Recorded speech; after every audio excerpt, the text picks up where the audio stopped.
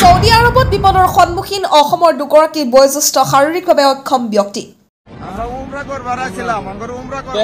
এই পরিস্থিতি কেন এইখানে কেন রাস্তার মধ্যে কেন কেডা উমৰা হজ কৰিবলৈ গৈ বিপদত অসমৰ হজ যাত্ৰী। দালাল আপনারা দালাল দালাল জিয়াদ নাম হ্যাঁ মুর্শিদাবাদ বাড়ি হ্যাঁ সে আনছে আপনারা হ্যাঁ হ্যাঁ আন্নাহেরা আঙ্গরে যখন জেল দিছে সেই সময় আঙ্গরে মোবাইল পাসপোর্ট বেগ চেক সব লইয়া পলাই গেছে আঙ্গরে ভালাই দিয়া। দালালৰ জৰিয়তে উমৰা কৰিবলৈ চোৱা সকল সাৱধান।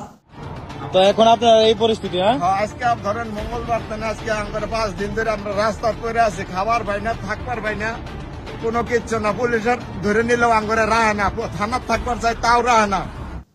দালালৰ জৰিয়তে উমৰা কৰিবলৈ গৈ বিপদত দৰঙৰ বালাবাৰী এজন শাৰীৰিকভাৱে অক্ষম বৃদ্ধা, লগতে দক্ষিণ শালমৰাৰ আন এজন বয়োজ্যেষ্ঠ ব্যক্তি 5-6 দিনৰ পৰা ৰাস্তাই ৰাস্তাই অনাই বনাই ঘূৰি আছে।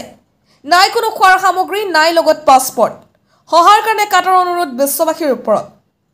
এজন দৰঙৰ বালাবাৰী গাঁৱৰ, আনজন দক্ষিণ শালমৰা সমষ্টিৰ। এই পরিস্থিতি কেন এইখানে কেন রাস্তার মধ্যে কেন কেডা জিয়াদ দালাল আপনারা দালাল দালাল জিয়াদ নাম হ্যাঁ মুর্শিদাবাদ বাড়ি হ্যাঁ সে আনছে আপনারা হ্যাঁ হ্যাঁ আন্নাহেরা আঙ্গরে যখন জেল দিছে সেই সময় আঙ্গরে মোবাইল পাসপোর্ট বেগ চেক সব লইয়া পলাই গেছে আঙ্গরে ভালাই দিয়া।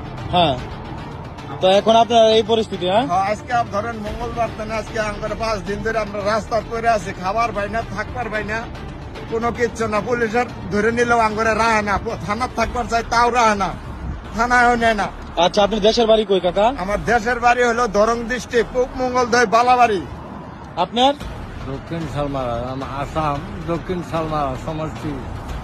দেখতেছেন কাকারা দুজনেই মাজুর মানুষ, তাদেরকে আইনা তাদের সাথে অনেক অত্যাচার করা হয়েছে। তো অবশ্যই আপনারা দেখা বুঝতে পারতেছেন। আর এটা সৌদি আরব, ওনারা বর্তমানে আছে সৌদি আরব মদিনাতে।